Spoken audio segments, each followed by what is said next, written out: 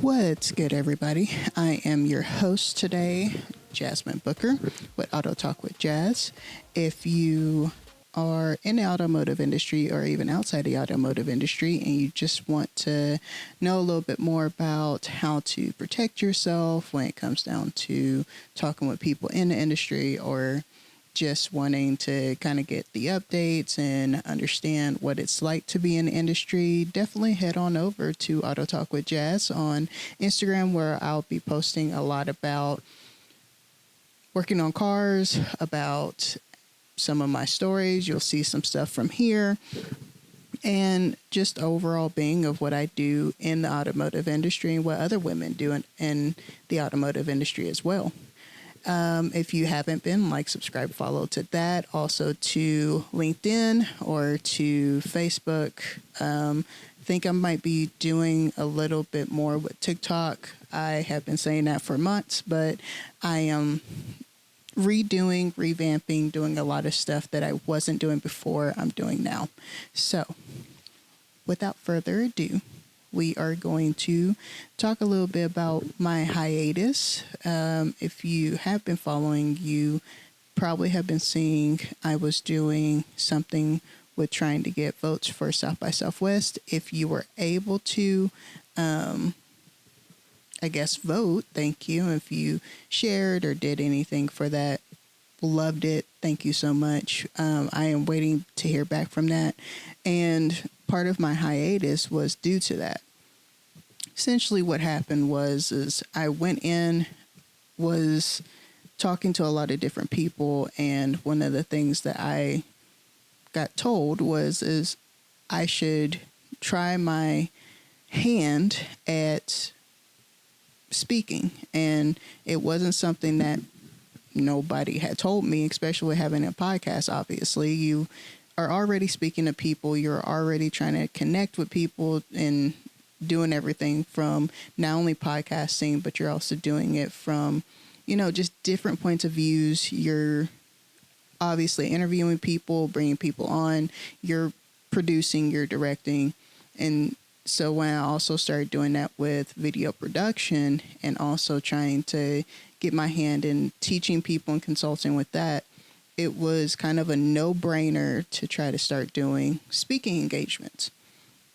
And so that kind of started snowballing into me trying to do guest lectures, me actually doing a lot more consulting with clients instead of just doing it for them, because now money's tight. So instead of me going in and saying, hey, I want to do this, I go and just talk to, whether it's stores or shops, I talk to individuals, clients and things of that sort, and trying to help them kind of do things themselves, especially when it comes down to social media. And a lot of times what happens is those clients go from me consulting with them to actual clients, because they start to understand a lot of the work that most people pretend isn't there.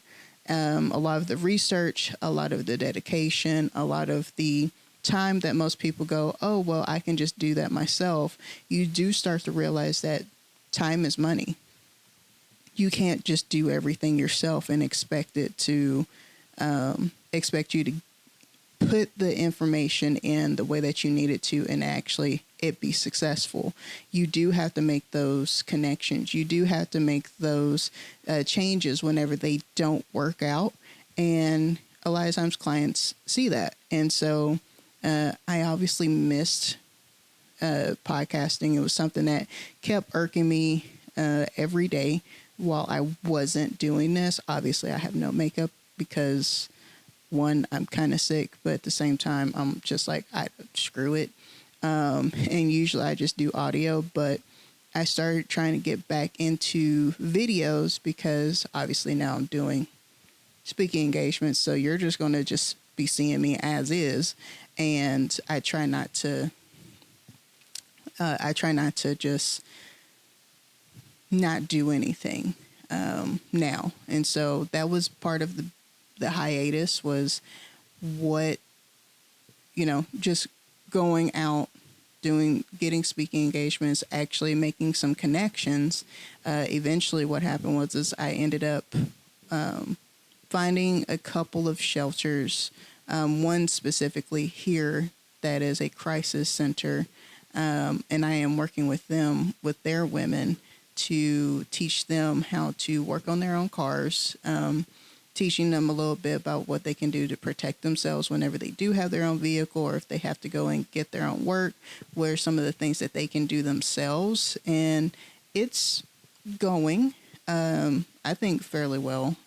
I just had one of my first classes, and it seemed like a lot of the women were engaging, and so I can't wait to see how that grows. I'm also looking at other shelters to work with, and, you know, not only just doing hands-on, but also doing kind of a classroom setting and teaching them what they can say. Or like, I know whenever I go and have to speak to people, it was a big issue of how can I actually protect myself and it not come out as I'm being angry. Obviously, there's going to be times where that happens, and you can't force people to do something for you, or you can't force people to treat you a certain way and it not come back. You know, everybody is going to have their opinion, but you can choose how you respond. And so that was one of my biggest tasks, especially for some of the women who, obviously, if you're in a shelter, you're quite vulnerable. And so it's taught me a lot about how I communicate, but it's also taught me a lot about really that customer aspect of thinking. You know, how can I better communicate with someone? How can I better teach a lesson when, yes, I understand it in one direction. I know this, but that doesn't mean the women who I'm speaking to, or the men that I'm speaking to, or whomever I'm speaking to, it does not mean that they understand it the way that I am presenting it. And so it's taught me a lot about what I need to do as either a teacher or a speaker, how I can convey my lesson. And so what I did is obviously taking that hiatus. It was a big thing of coming back to the podcast and going, well, I'm sorry, I am looking at the camera, but obviously y'all see that I'm always looking everywhere and trying to make sure everything's good. But it goes back to me trying to figure out, okay, well, what is the next step? Does the customer need this, or does the client need this? And what can I do to make this situation a lot better? Or what did I do that maybe didn't allow the situation to go as planned? And what can I do to make changes to help that? And I think that's where I am. And that's where I think a lot of people should think of these type of scenarios and situations. And so that's what I've kind of been doing for the past now month and a half, 2 months that I've disappeared, is learning to be confident in how I speak, be confident in my stories, and be confident in knowing that what I say is going to help other people. There was a huge fear, especially whenever I came back to podcasting after so long. It was, were my stories actually something that I needed to share? Am I the right person to share this? And I think over this past month and a half or 2 months now, I definitely have been getting the no, you need to continue. And that was very uplifting and scary, to say the least, because it was also a conversation I had to have with myself, like, okay, are you prepared for sharing the conversation? And understanding that this is a lot bigger than yourself. Even if it starts slowly, you may need this to start slowly, because these are hard stories. These are hard conversations to have. How do you have a conversation with a business owner and say, hey, let's make changes? And I had to step back and talk to myself, because what people probably don't realize is this was oh gosh, now a 3-4 year journey. And this 3 to 4 year journey has been a lot. I mean, I had to rebrand, I think 3 or 4 times. I went from having 1 podcast to 3 podcasts to 2 podcasts to 1 podcast to another different type of podcast, and then having to come back and be like, okay, well,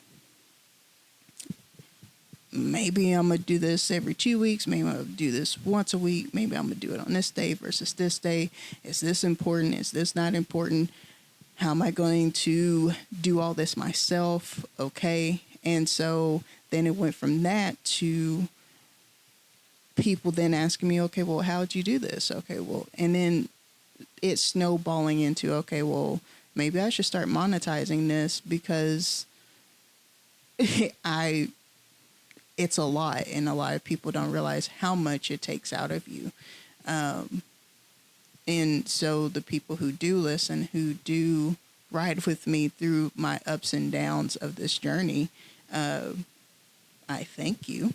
And I appreciate it with such a passion that you don't understand. And that's part of the reason why I did this. So the fact that I have like the people who come back all the time and say, hey, I would love to work with you. All the people who do say I want to work with you, it's amazing. It touches me. And so I just, so this episode is me telling y'all that I am going to do better in this, and hopefully y'all can see kind of the journey of me not only doing this better, but doing a lot of other things better, and making a whole bunch of changes that I don't think I was prepared to do before now. So yeah, we'll see how this goes. So that's my little ramble, my little 10-minute spiel for this episode. We're obviously going to come back and get another one done, and then so on and so forth. So you'll actually have 2 episodes when this one drops, just because this is a spiel and whatever else. But hope to see y'all soon. Well, basically later. Bye.